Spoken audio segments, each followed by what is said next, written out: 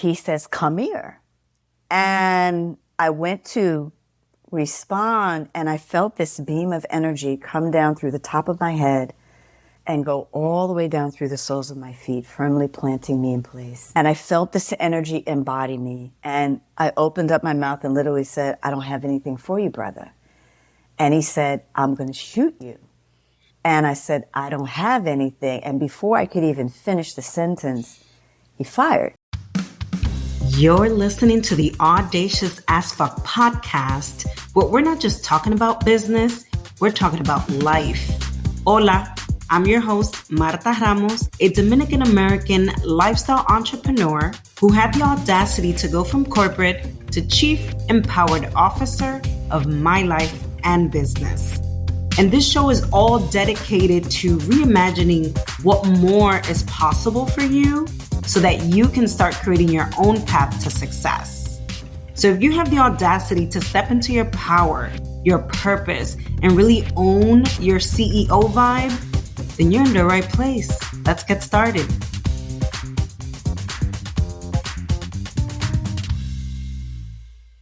Hey guys, welcome to another episode of the Audacious as Fuck podcast. I am your host, Marta Ramos.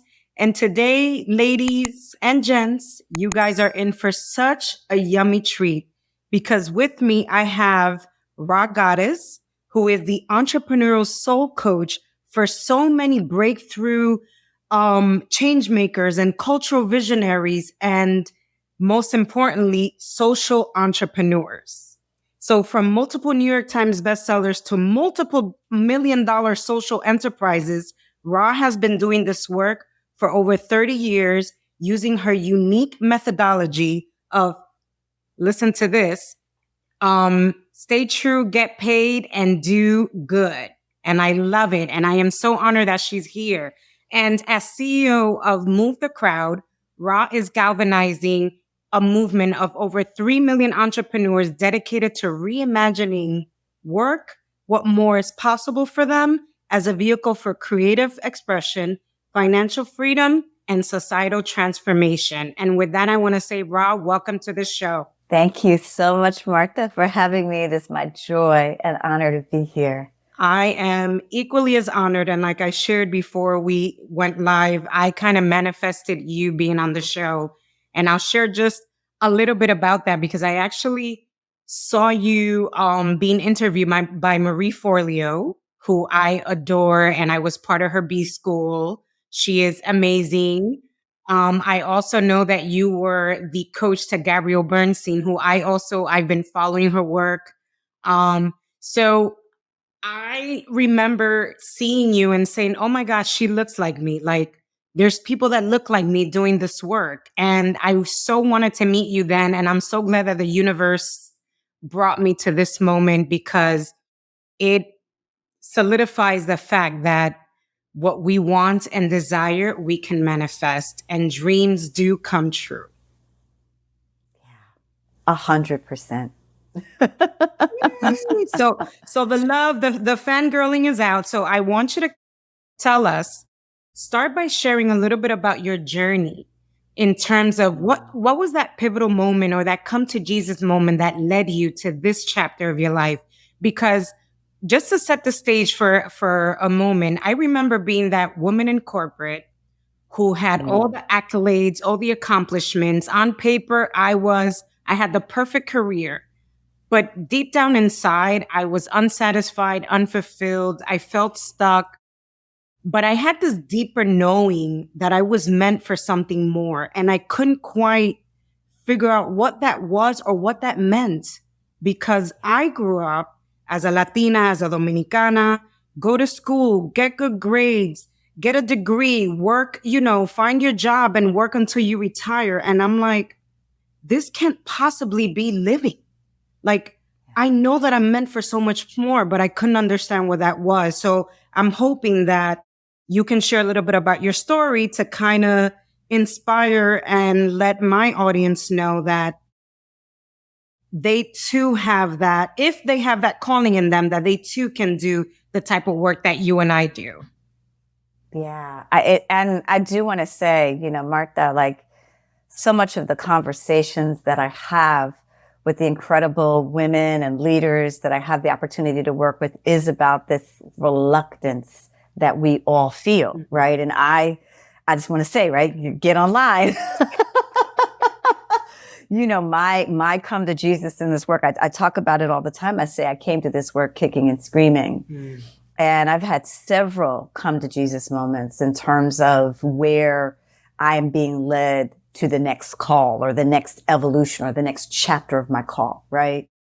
And I believe that every single one of us is being called to something. And so this, you know, when you say that we know there's more, there's so many of us, you know, you all just raise your hand if you're listening to Martha and I right now and you know that there's more for you, right? And it doesn't matter if you're in a room by yourself. It doesn't matter if you're in a room of a million people. Just you being willing to signal to yourself that this is truth for you is the beginning, right, of the invitation to a new life, one that is your life by your design, right? This idea of the work, you know, when you say how many of us are called to this work, and I agree with you, right? Sometimes we're so far and few between, right? To look out across the sea of faces and see people who look like us, who represent us, who move in the way that we move or move in the way that we want to move, right? And it's why you doing this work is so important. It's why all of you who are listening, like the thing that you're being called to show up to, writing that book, taking that stage, whatever that is for you, right? It's why you're being called is because people need to see you to see themselves, right? For me, my big come to Jesus moment actually came at gunpoint. Oof. I was living in Brooklyn at the time. I was working in consulting. And, you know, spirit, God, the universe, that's what it is for me. You may call it something else. But was working on me, tapping it like, you know, this is where I'm asking you to go. This is who I'm asking you to serve. This is what I'm asking you to lean into. And I was like, thank you for sharing, God. I appreciate all of that, but I don't even know how to describe what it is you're talking about you have in store for me. People pay me checks to do this over here. So I'm going to be over here, right? And this went on for quite some time, and it was a real internal tug of war. And one day I was coming home from work, and at the time I had my little earbuds in, listening to my music, and I had come out of the subway and was walking to the front of my brownstone, and a guy pulled up on a bicycle. And I lived in a community where we all knew each other. We were either had been there 20 plus years, or we were the grandchildren of, you know, the folks who had bought those houses years and years ago. It was very, very insular community in Bed-Stuy.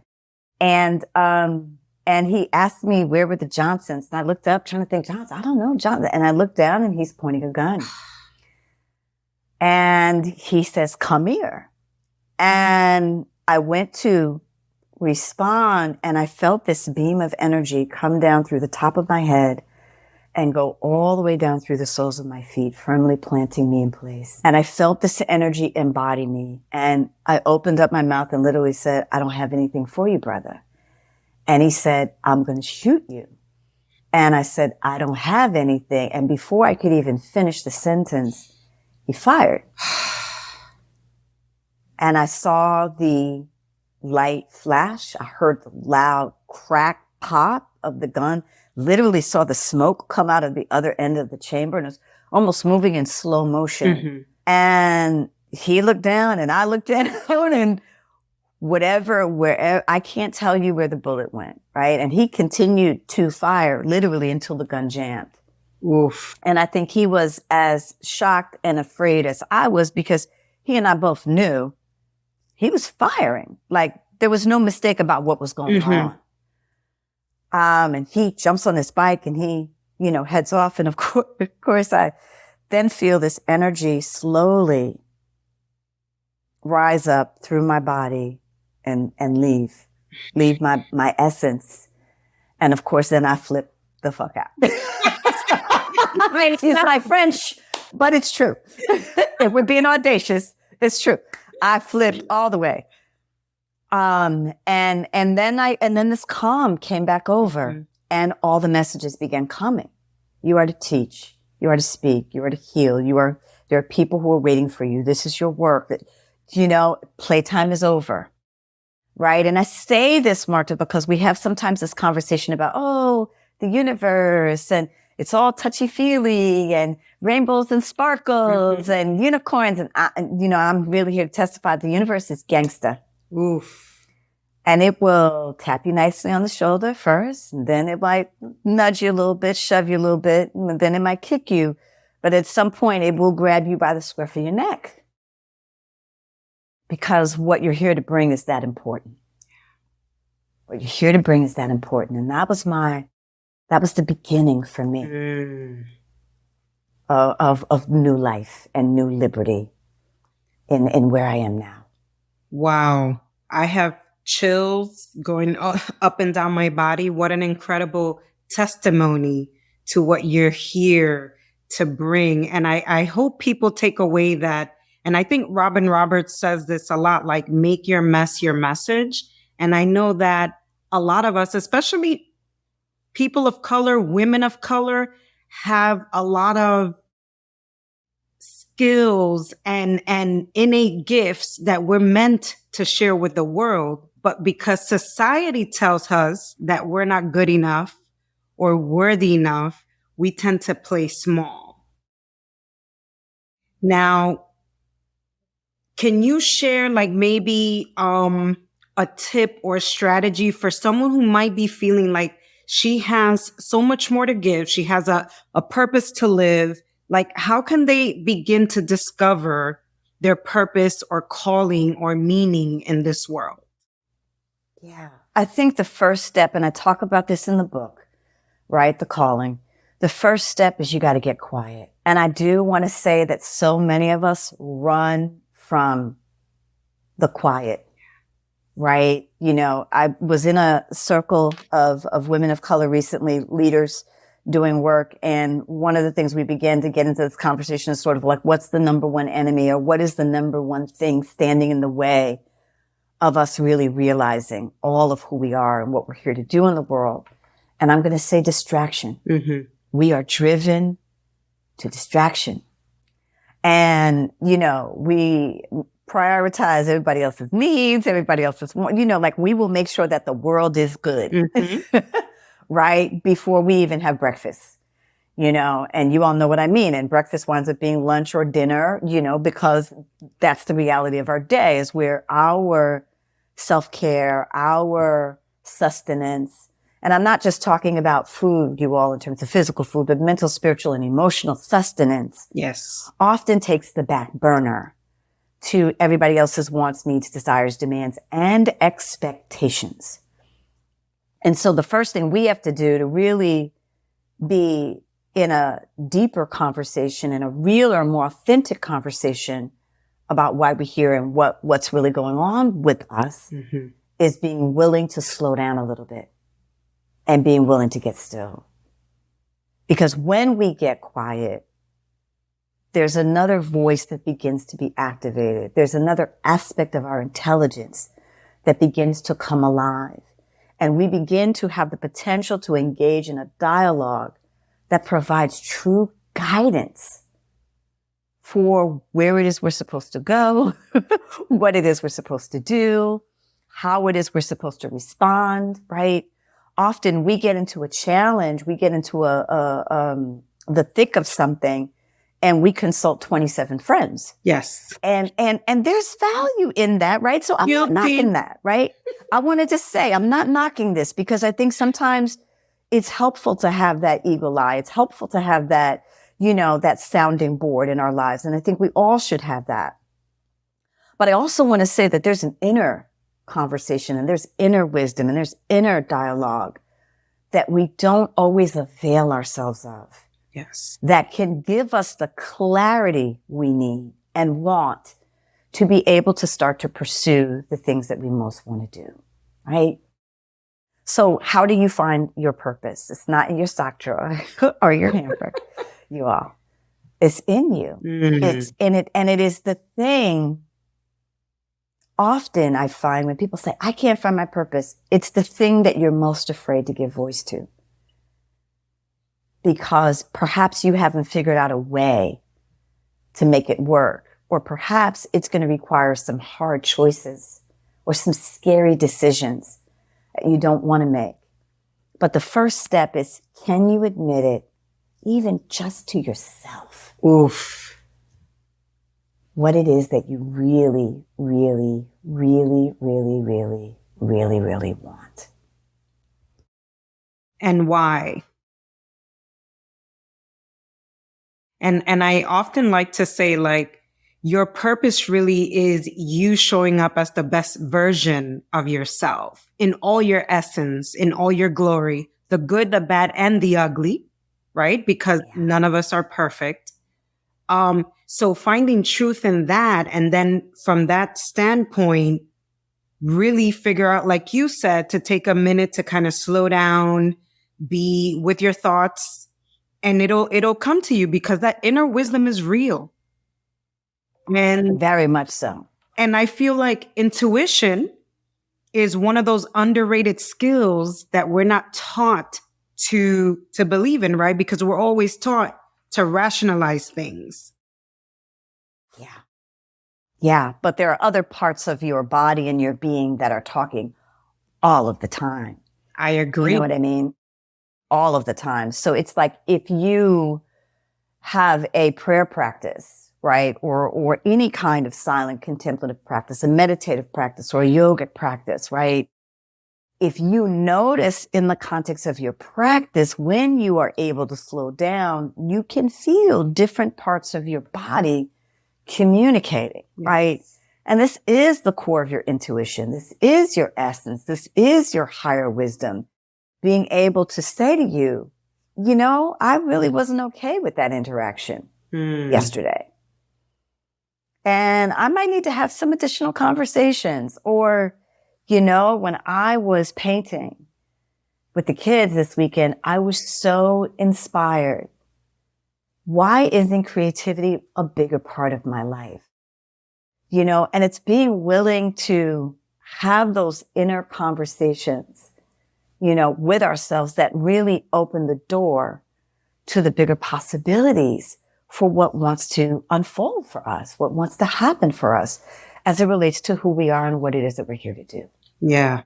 I love that. And you talked about unfolding. And I think a lot of us don't talk enough about that process, that journey, because we've been taught, and correct me if I'm wrong, but we've been taught to want everything right then and there, like want everything yesterday. So everyone wants the magic pill to success, or, you know, how to make this, how to make that, but no one is willing to stick through that process and watch it unfold. Because I like to think that the universe, God, whatever you choose to believe in, higher power, is always telling us our next steps.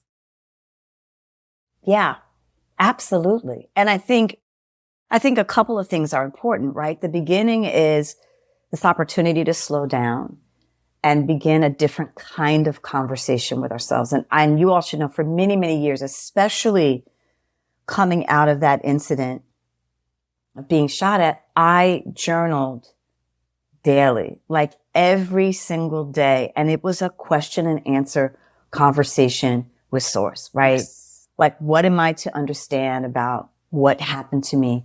What is my work in the world? How do I begin to do this? What is my first step? And we literally can ask and be that specific in asking those kinds of questions. And then the answers will begin to come. In other words, if we ask, it shall be answered. We shall be shown. Sometimes we have to sit in a question a little longer. Yes. Right? It may not be instantaneous, but the intention is that once you start to open up the lines of communication, right, the greater dialogue happens. So that's important, creating time and space to be in that profound inner dialogue, right? The second thing, of course, we know is how you surround yourself. Are you in environments that encourage you to walk your truth, that encourage you to speak what's really on your mind and heart and spirit? Are you in environments that, even if people may not understand what you're trying to build or what you want to create, that you're encouraged to pursue what is true and right for you?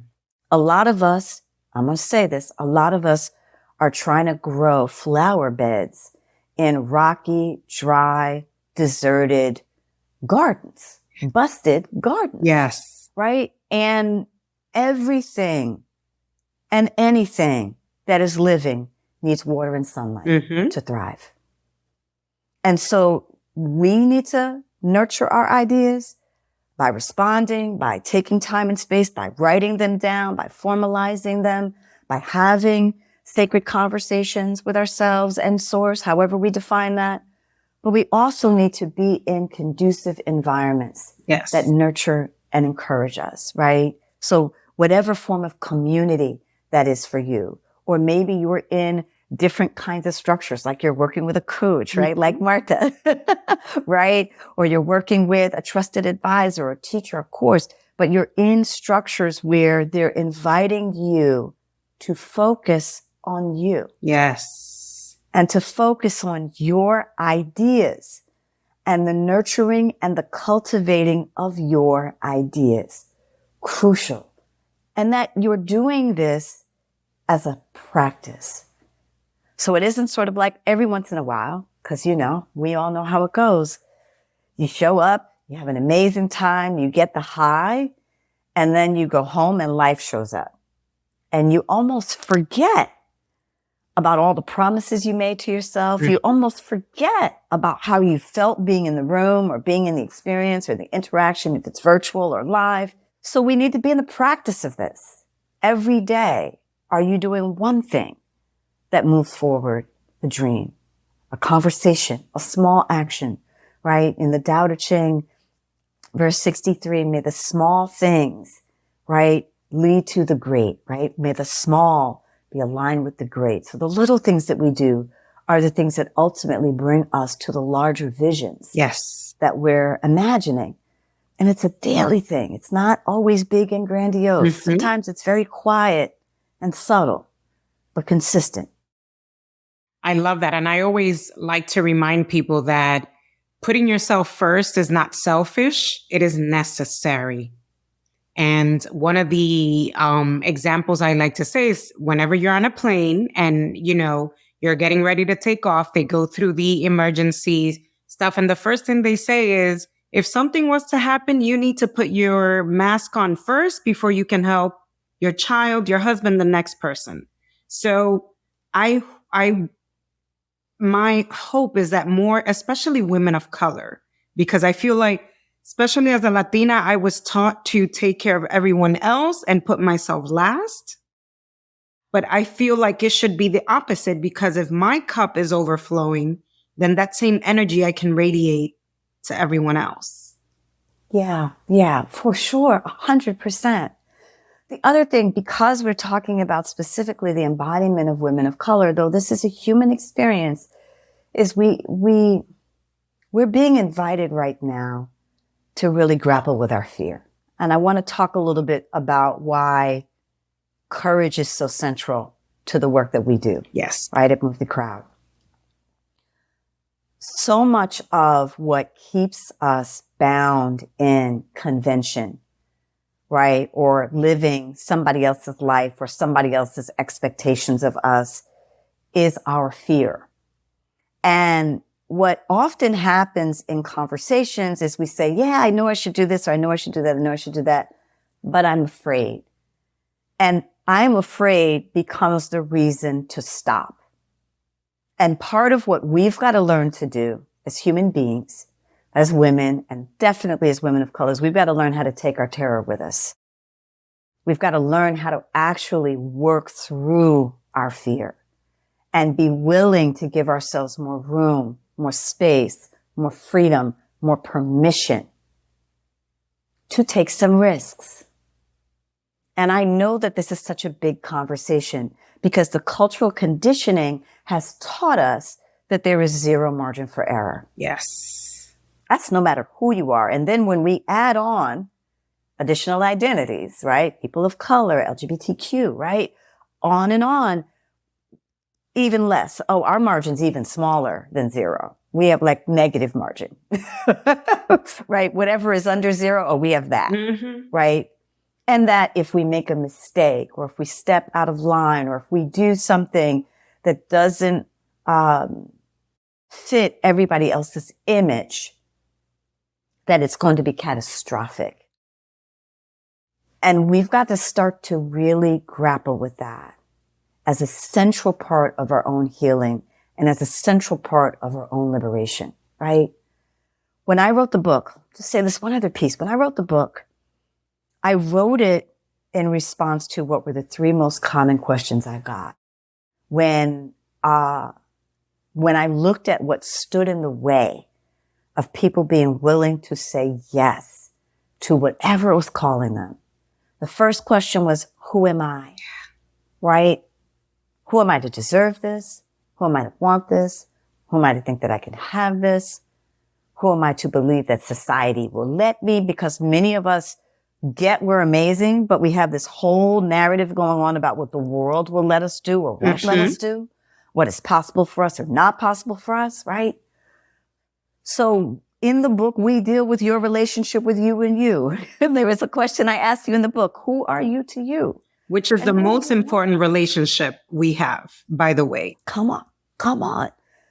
And who do you want to be to you?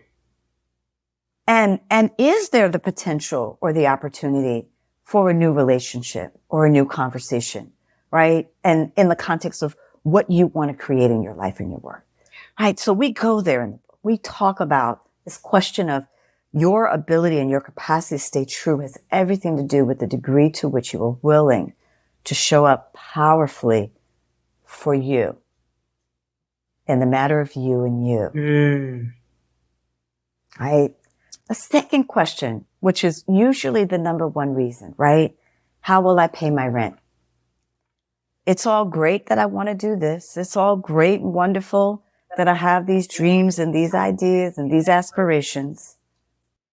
But at the beginning, middle, and end of the day, I don't know that the landlord will take that as payment. Right? So we don't lean into the thing because we can't figure out the money. So there's a conversation in the book where I take you through that's all about your relationship to source. However you define it. Love, God, creativity, universe, whatever you want to call it. Allah, whatever you want to call it. And the degree to which what you know you're here to bring to offer to the world can align with your values. Yes. Can align with who you most want to serve. And can align with your money truth. Each of us has a truth about money, which is different than the mythology we've been sold about money. And our ability to start to get clear about what is the truth for us is what begins to open the door for our ability to be able to call more in and have more. And so in the book, I walk you step by step through that. The third question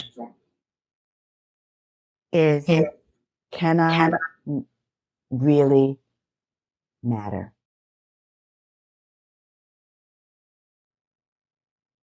Can little old me really make a difference? Yes. The things we face feel so daunting. It feels so much bigger than us. So these questions of like, who am I? It comes back to right. Who am I to think that I can affect that? But here's the truth. Contribution is a human need. We were born to give. We were born to contribute. And our opportunity and the work that we do is about being able to identify and honor what is your work, which is different than work I'm good at. It's also different than good work. Right? Both have had their place in our histories and our journeys, right? Because This is part of our self-discovery. Oh, I'm really good at that. But do you love it? Oh, this is good work. But do you love it? Does it light you up? Versus what is your work, the work that has your name on it. Because when you put your hands on your work, success becomes inevitable. Yeah. I'm a true believer in that. Now, thank you for that. And I know, you keep referring back to your book, which I love. It's called The Calling, 3 Fundamental Shifts to Stay True, Get Paid, and Do Good. Are you able to walk us really quickly through what those 3 fundamental shifts are? So the first shift, we talk about the stay true. This is the stay true conversation. This is about you having the opportunity to realign with the truth of who you are, to recognize and own your creative abilities. And so in that stay true, the first shift is going from victim to vision. And what that means at the core is that we no longer live life at the mercy of situations and circumstances that don't support us. We no longer live life at the mercy of everybody else's expectations for us. We no longer live life at the mercy of the limiting perceptions we have about who we are and what is possible for us in the world. So we go from being at the mercy of our situations, circumstances, conditions, upbringing, culture, all the things, right? To actually to a place of, this is the life I want to live. This is the person I want to be. This is the work I want to bring forth. And being willing to stay true to the vision. The second shift, which is the get paid section of the book, which is the how am I going to pay my rent? And I swear I walk you in the book, you all step by step. But the shift is to go from scarcity to abundance. Yeah. From there is not enough, I am not enough, or this cannot happen, this is not possible for me, to I am connected to something that is all providing. And that all it requires is my clarity. And it's the devotional due diligence of moving in alignment with my clarity. So scarcity to abundance. The second shift in the get paid section of the book. And then the third and final shift, which is all about doing good in the world, is to move from fear to love. Right? That's what I said to you in this moment that I believe we're in, particularly as women of color. We are being called to lead in ways that we've never led before. We're taking seats we've never taken before. Many of us starting new ventures, new enterprises at record numbers. And we are being called to move from fear to love because the world needs what we uniquely have to offer and bring right now. That is like a mic drop. But I also know that it's hard for people to shift out of that scarcity mindset to abundance. So what's one tip or strategy that we can begin to do in our daily lives or daily practice to shift out of that scarcity to abundance mindset? Yeah, it's a great question. So one of the exercises I give you in the book, and I talk about my own personal journey with money. So one of the things that was very active for me was being angry at capitalism. I was just mad, right? I was mad at how little money I had.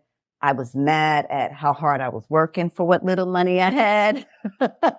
Listen, right? I was mad at how much things cost. I was mad at all of the beautiful things I couldn't access because I couldn't afford to get in. Just mad, right? Mm-hmm. And I really want to say to you all that scared money and mad money do not grow.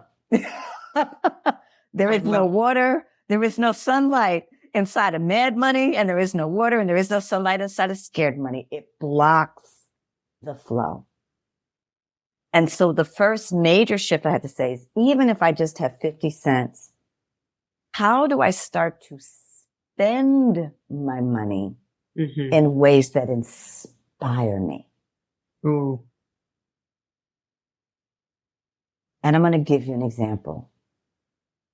Maybe rather than getting the $7 latte, one day I get a little paint set. And my de-stressor, instead of it being 16 gallons of coffee, I'm not mad at coffee, y'all, but I'm just saying, instead of it being 16 gallons of coffee, maybe I just paint.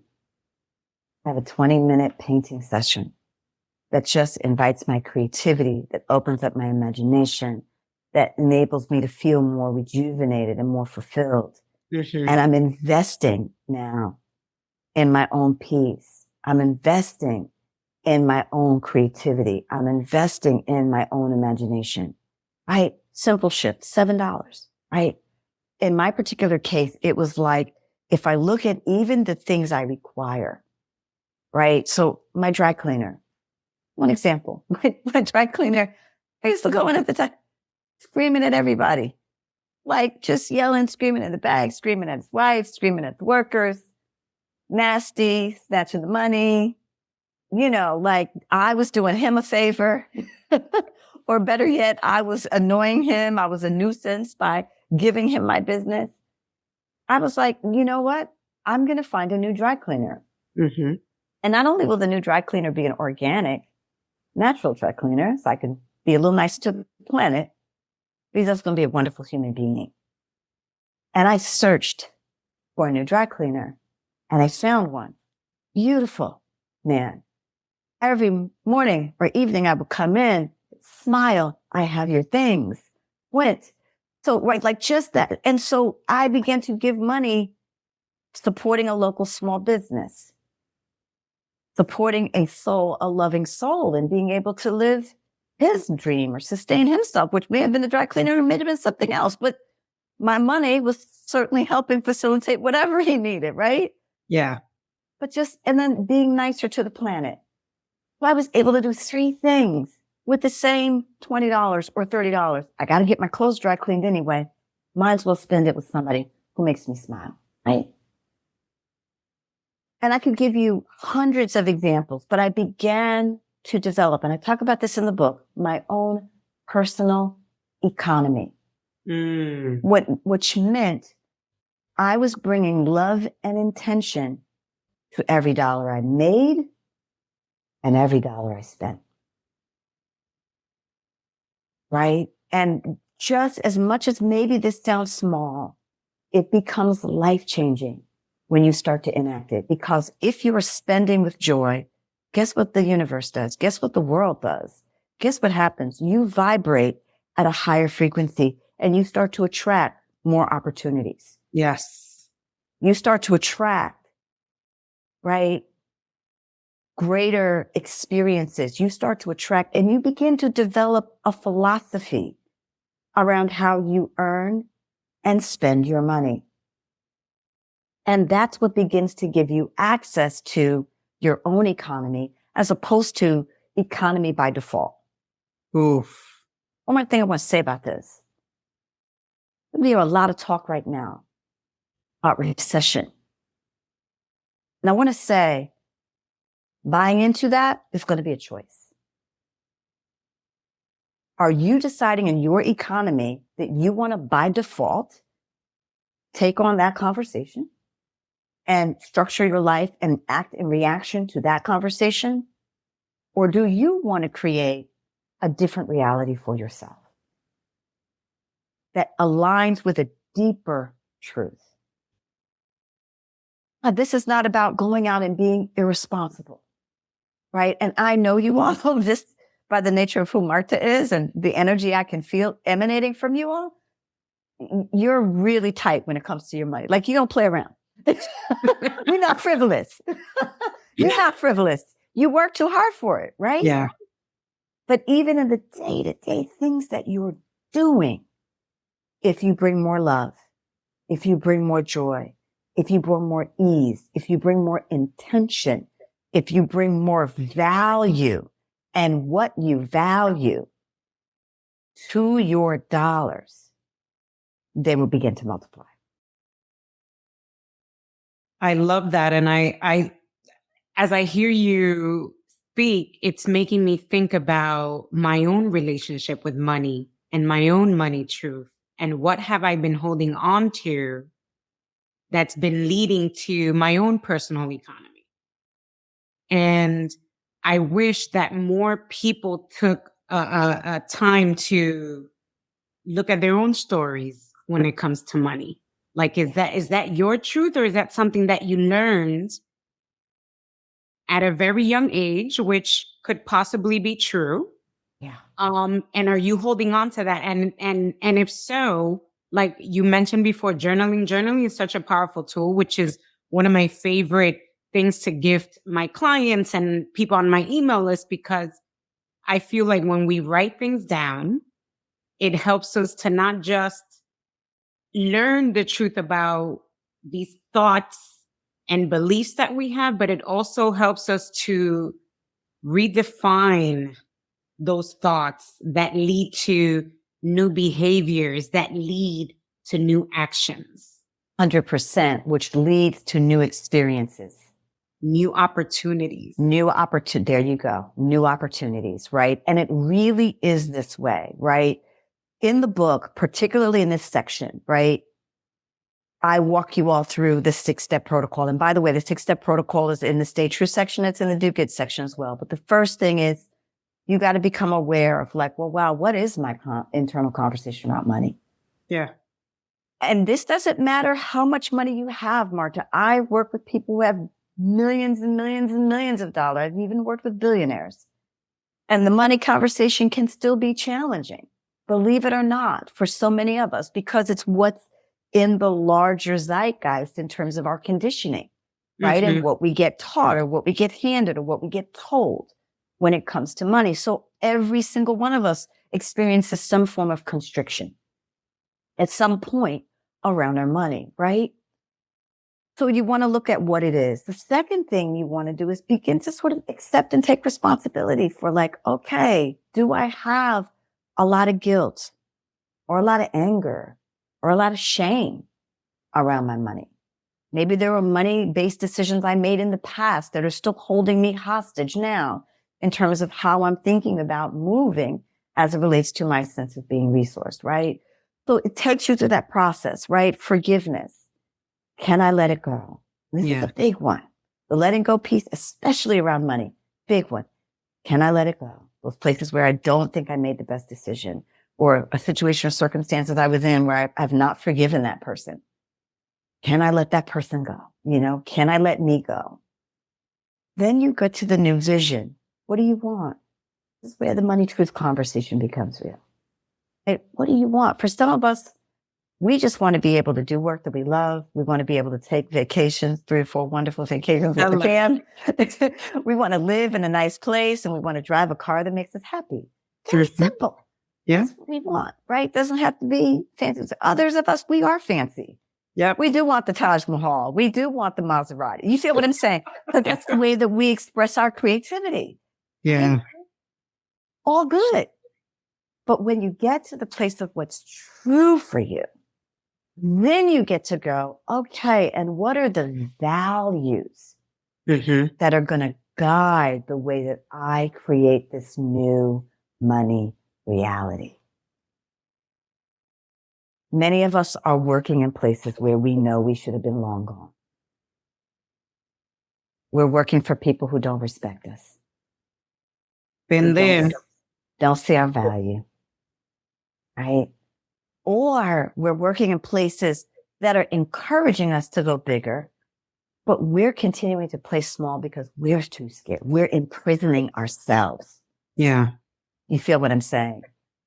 So we have to start to look at that, because in the context of how we earn, there is a tremendous opportunity if we bring more love, more consciousness, more alignment, more values, more appreciation to how we earn. Guess what? It also multiplies. Yeah. how we spend is a multiplier. And I don't think anybody's ever taught us that actually if you spend with love, your money will grow.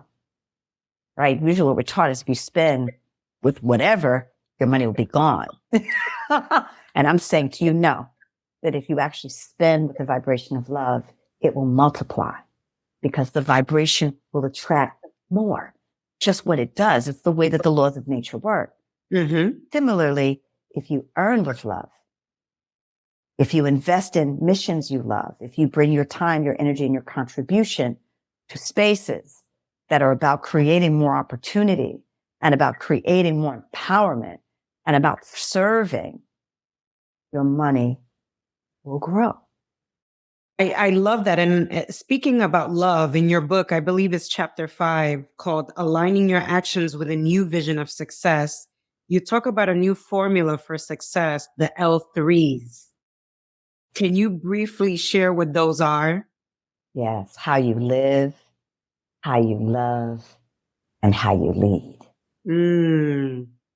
This is When what I we call read the that, new foundation. yeah. When I read that, I was so in awe, and I'm like, it made me think about how I'm showing up right now. So how I'm living, how I'm leading, and love was a missing piece. But go ahead. What were you going to share? The love piece is your money. This is Yeah. really interesting in the way that the formula works, right? Because the love, if you think of the famous quote by Khalil Gibran, right? Love is work made visible, right? Or work is love made visible. Work is love made visible. So if we work with love, that is what we then begin to attract. That is what we then begin to be resourced by. And if we're resourced by love, love is infinite. Yeah. So that means the supply just keeps coming. Right? And so I want you all to look, and this is a real question and an inventory that you get to do with yourself. Where is love present in your work right now? Are you doing work that you love? Are you contributing in alignment with a mission that feels right, that is making the world better, right? Maybe you're not quite at the place yet where it's your work, but you're doing work that makes the world better, or that makes the lives of other people better. Are you working with people who you respect and admire and appreciate? Are you working in ways that are regenerative, or are you working in ways that are draining and destructive? Like, we all get to take that inventory. And maybe your answer is no, no, no, no, no, no, no, no, no. Great. What's the first thing you want to work on? What's the first shift you want to make? Right? I want to work with people who I really admire. Okay. What does that next opportunity look like? You feel what I mean, right? And I say this, Marta, because I think sometimes people feel that automatically you got to run out and quit your job. And that's the only way to start to access this new energy or this new conversation. For some of you, that may be exactly the thing that you need to do. But for others of you, there may be a more gradual process that gets you closer and closer to alignment with where you want to be, right? And so you get to kind of go, okay, can I take the next step that moves me forward? And what is my next step? Maybe a question you ask coming out of this conversation. I want people to not just feel like they need to up and go and quit their jobs if they're in a situation that they're not doing work that they love. But I think it's really important for us, like you shared, to really question that about ourselves. Like, is this the work that I want to be doing? Is this the work that I am here to do? And if it's not, then why?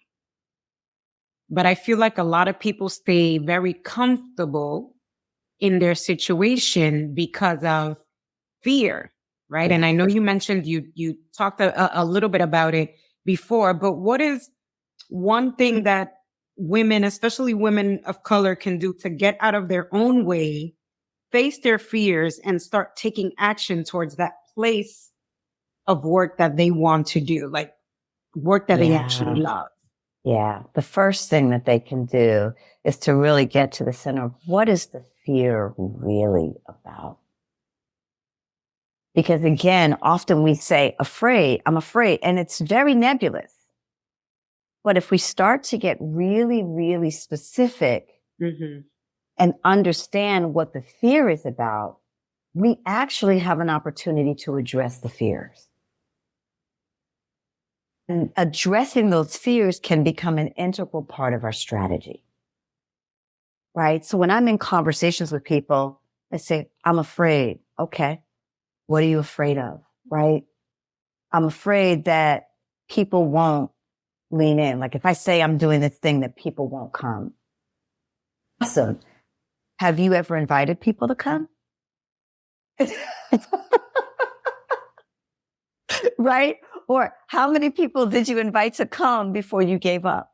You see what I mean? Like, so there's real, and then that begins to open up a deeper conversation about where did we learn how to give up on ourselves so easily, right? Or the other side, where did we learn to stay in situations that were toxic? You know what I'm saying? So it's again, our ability to be willing to interrogate into the fear enables it to go from this big amorphous, scary, big looming thing to this very specific thing that actually is addressable if we allow it to be, right? And part of what's going to be important in terms of how we move through the fear is one, being willing to face it and stare it down. And two is being willing to take action that transforms the fear, that gives us more confidence. Because confidence, we think confidence falls off the sky, you all. It comes from practice. Yeah. Courage is a practice. And I always say courage cultivates confidence. 100%. And so if we are clear about what those challenges are, we can actually engage them and work through them. And arrive more empowered and in love on the other side. I love it. Love it. Rha, you are amazing. You are speaking my language. I hope that people take away from this conversation all the gems that you dropped. If you're being called to lead, if you're being called to live out your purpose, I want you to know that it is possible. Rha has been doing this work for over 30 years. And one of the things that I want my audience to also know is that to lead with love. I think that was one of the things that I took away from this conversation is if we begin to lead with love, then everything else will start to unfold and multiply and, be abundantly clear that this is the work that we're supposed to be doing. Yeah. I will say the last thing that I think of in what you're naming right now is that the more resistance we have, the more important we should know it is. And Stephen Pressfield talks so brilliantly about this in The War of Art, that our resistance represents the degree to which it is important. So the more that we are fighting it, just know that just means the more important it is, the more necessary it is, the more it wants life through you. And know that you already have what it takes to bring that to life. I think a lot of us tend to hold on to all of these, again, bullshit stories, thoughts that tell us that we're not good enough or smart enough or have what it takes to really bring this work out into the world. And I just want people to know that you do have what it takes. You are deserving, but most importantly, you are worthy of it. Woo. So before we wrap up, I always like to ask my guests, what does it mean to you to be the CEO of your life and or business? It means that you're walking on your terms. You're living, you're loving, you're leading Mm. on your terms. And that you are trusting that something bigger than you is co-creating in partnership with you. I don't care what you call it. I don't care if you don't call it anything at all. But there are laws of nature that are always operating and that want to operate on your behalf. And so for me, being the CEO means more courage, more permission, more honoring, more celebrating, more seeing all of who you really are, and being willing to honor it through aligned, bright actions and practices every single day. That we are in the space of devotion to the truth of what we know for ourselves and for the work it is that we're here to do. I love it. And lastly, what makes you feel audacious, or what's one thing that you do that you've had the audacity to do? There's two things that come up for me. So one is I have a very fierce dance practice. And I will just say for some of us primetime women, you get to a certain season, right? There's a sort of belief that you abandon your sexy. And I actually believe that we only get more sexy as our time goes on, the more that we know who we are, the more that we feel our bodies. And I think as women in particular, having a profound relationship with our bodies, a loving, profound, reverential relationship with our bodies is part of the revolution, right? Yeah. Is part of this whole opportunity to bring our full expression and leadership and light and contribution into the world. So I have this outrageous dance practice. And, I'm committed to myself that like my next level, my next step is to do it naked. Like, I'm like, come on, let's go. Right? Audacious. Exactly. Come on. See, you see me like that, right? Audacious. And then the only other thing I'll say is travel, being in the world. Yeah.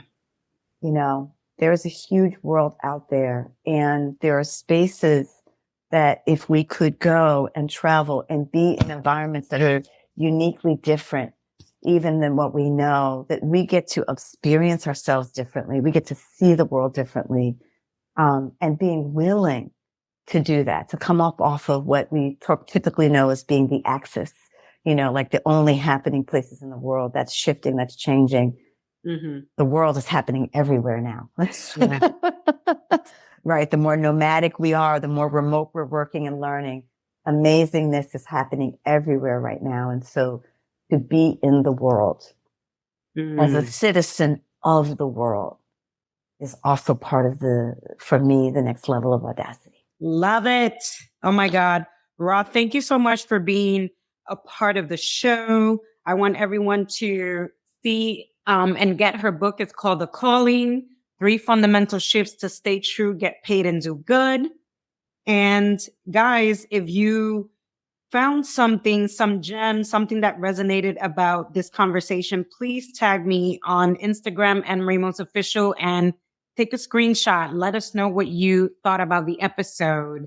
We would really love to hear from you. And with that, I want to say, Rha, I love you. I'm just going to put it out there. My joy, my joy. Thank you. And we are going to leave a gift for your audience as well. Every year I do a New Year's message. It is the download for the year coming ahead. There are all kinds of predictions on the year that go down in those conversations. And so we'll be sure to leave a link for that as well for your beloved community. And it was my joy. Thank you so much, Martha, for having me. Thank you so much for your work, and all the ways in which you are inspiring us to be audacious. I appreciate you. I love you. Thank you so much. And we'll make sure to put the links in the show notes and all that good stuff. And with that, guys, I want to say thank you for tuning in. I love you guys, and I will catch you on our next episode. Hey, thanks so much for tuning in. If you enjoyed this episode, don't forget to leave us a review on iTunes and share the love with a friend or two. Also, don't forget to hit that subscribe button, friend, so you don't miss an episode. And with that, until next time,